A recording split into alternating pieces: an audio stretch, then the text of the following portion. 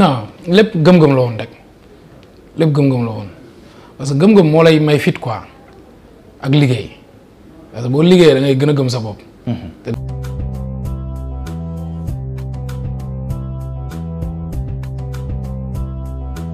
maa lay nuyu di nuyu ñëpp ñi nga xam ne ñu ngi di nuyu sénégalais yëpp di la nuyu encore bu baax a baax a baax a baax. bon yenn saa yi da ngay triste.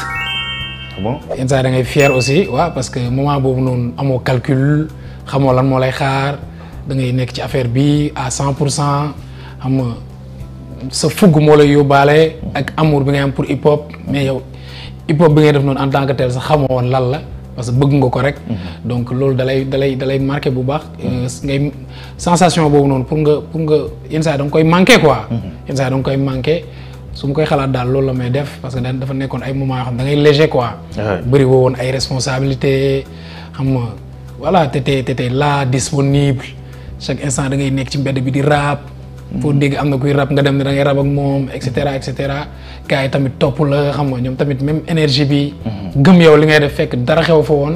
donc moment yooyu soo koy xalaat ñaari sentiments yooyu ñooy mélangé wu quoi da ngay yenn saa yi da ngay triste namm ko yenn saa yi tam da ngay fier quoi parce que xam nga ni sauté woo étape bi quoi. surtout loolu. et loolu tamit dalay am benn respect bu mu lay jox.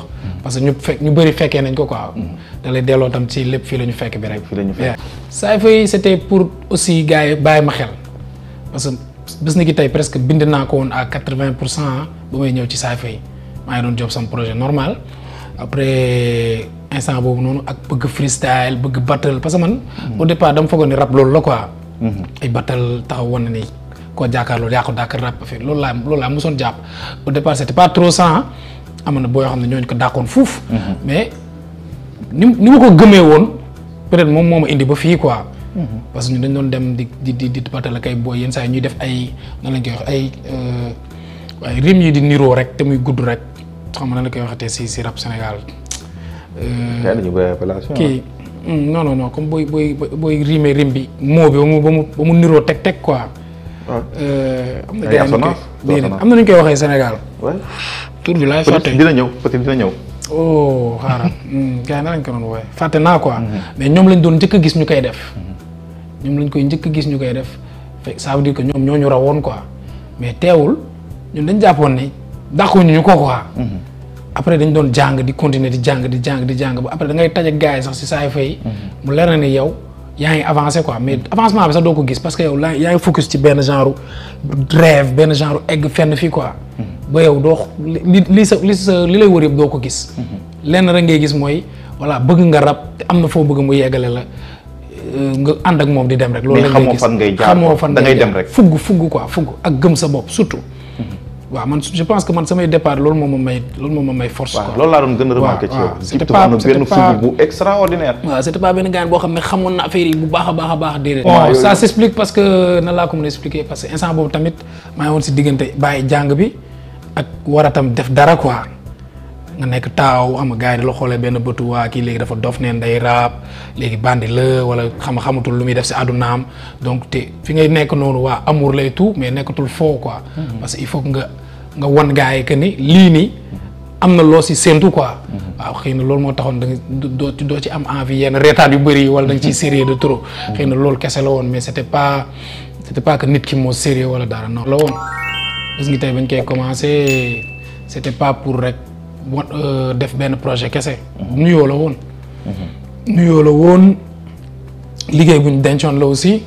après dara bettuñu si parce que instant boobu noonu franchement lépp ngi woon fii quoi.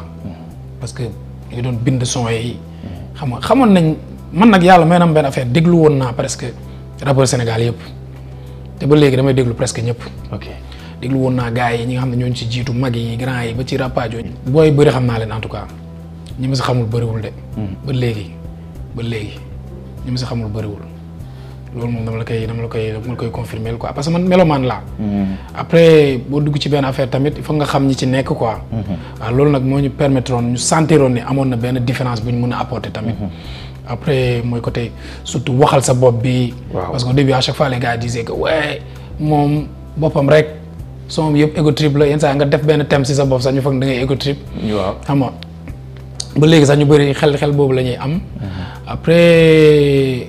façon de rimer bi tamit waaw waaw boobu dañ ne daa wóor quoi lañ daan wax. c'est vrai parce que man xamoon naa ne tamit c'était différent ak gars yi li ñu doon def man xamoon naa ko donc moo tax projet boobu dama ko gëmoon te xamoon naa ne c'était juste benn nuyoo quoi. affaire bi moom fàtte wax ni ba léegi moo desam bopp bi quoi. même man réer na ma. non mooy comme boo waxee comme benn wax nii carrément nga waxaat ko mu niroo mais du même kii bi quoi am na nu ñu koy waxee Sénégal fii. du ay punchline de. waaw du punchline du name dropping aussi. du name dropping. ah bon peut-être dinañ ci ñëw sama xel bi moom. daal xamoo. peut-être dinañ ñu ko message.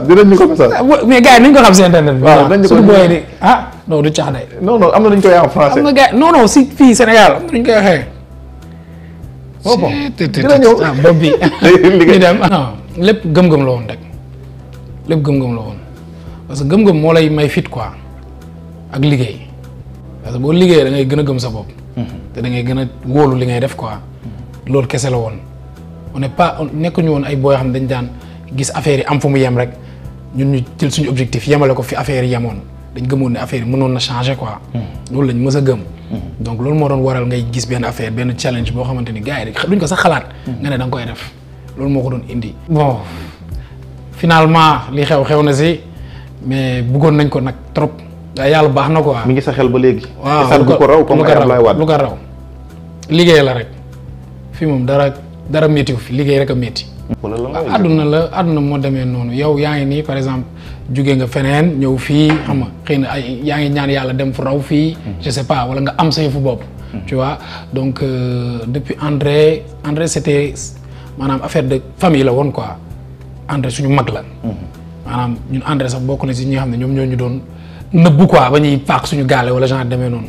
donc mu jël affaire bi naturellement quoi. nekk ko naturellement waaw naturellement parce que gëmoon na ko quoi.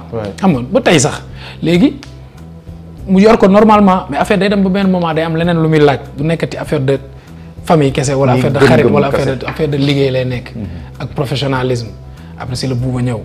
liggéeyatuñu mais am na lu bëri lu mu def si man quoi sérieusement après yi xew si biir loolu c'est entre nous quoi mais dem nañ ba si biir mënatuñ liggéey après Alves ñëw mais Alves moom mu ngi woon fii tamit au même moment que André mosu fi jógee Alves moo doon tapé contrat yi maanaam du hasard quoi Alves sax moom buuba la tudd quoi tu vois xam nga buuba Alves waaye tu vois Alves moo doon tapé contrat yi maanaam c'était ñu ñàkk ko xam mais moom sax moom dafa mel ni dañ ko doon préparer pour liggéey boobu quoi.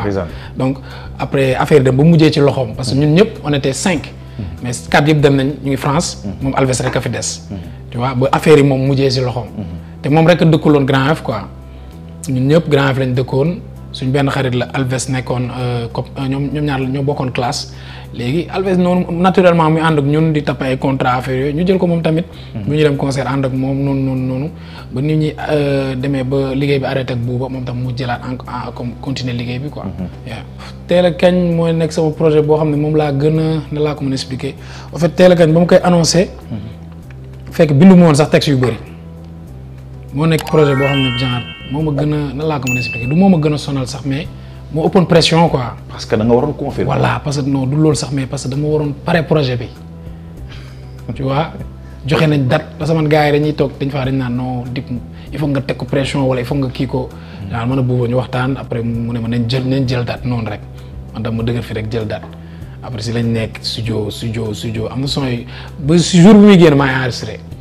ba jour bi muy génn léegi loolu nag dafa am lu ma def sama bopp moo tax projet boobu peut-être mooy projet bu may gën a ñàkk déglu sama projet yi quoi. pourquoi parce que dama ci non pression bi dafa mel ni soo koy déglu sax da ngay pression bi day ñëwaat quoi.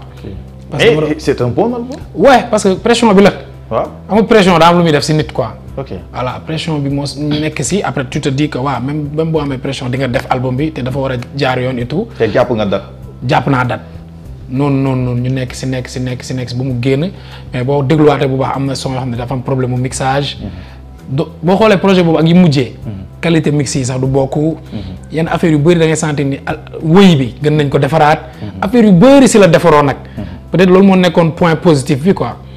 pression boobu noonu xëy na moo taxoon ñu mën a ubbi suñuy bët si yenn affaire yu bëri quoi. waaw loolu ñeme ñàkk mooy projet boo xam ne peut-être si laa gën a nekk à l'aise waaw. parce que dama doon jël sama temps di def li may def yenn saa yi dañuy toog karaa ñëw mais du ñu yeggale man ay waaye man joobuma su ma paree naa joob affaire yooyu ñu nekk si noonu def ko ba mu jeex genre tranquillement quoi mais même boobu sax ci veille bi lañ pare enregistrement yi quoi même boobu mais teewul genre jël nañ si suñu temps di defar di déglu di. à l'aise sans pression voilà ci benn 2 ans. ba affaire yi sotti quoi. bon ñun noonu lañ commencé parce que Jahmerue ñoom ñoo nekkoon Grand Yoff ay ñoom Jahmerue xam nga ñoom Rosso sax fa la nekkoon. Jahmerue la nekkoon waaw léegi ñun nag bañ nekkee année yooyu noonu ñun dañ doon jàpp ni ñun ay ñun ak Jahmerue genre ay kii lañ quoi ay rivaux lañ quoi. parce que dañ doon gis suñu grand yi ñoom suñu grand yi ñoo nekkoon seen ay morom quoi. mais ñun suñu grand yi genre rap bi jëluñu ko woon trop au sérieux quoi. léegi ñun nag ñu ñëw rek demee affaire équipe boobu noonu quoi. genre fu ñu leen fekk dañuy bëgg njëkk leen jouer pour ñoom ñu gis lu ñuy jouer. genre jël benn rivalité rek teg ko nag. waaw loolu nag moo dem ba indi xam nga coow loolu mais parce que ñun yàgg nañ leen cokkaas et tout mais ba mu demee ba xam nga affaire yi commencé différence am. après peut-être si la gars yi commencé tontu et tout mais am na affaire yu xew si suuf. différence maanaam. waaw bi ngeen yéegee seen kaw quoi. ci tur exactement sama xalaat bu gàtt. merci voilà léegi peut-être si la yenn coow yu commencé je vais pas dire que ñoom ñoo ñu tooñ. xëy na peut-être ñun sax ñoo leen doon tooñ.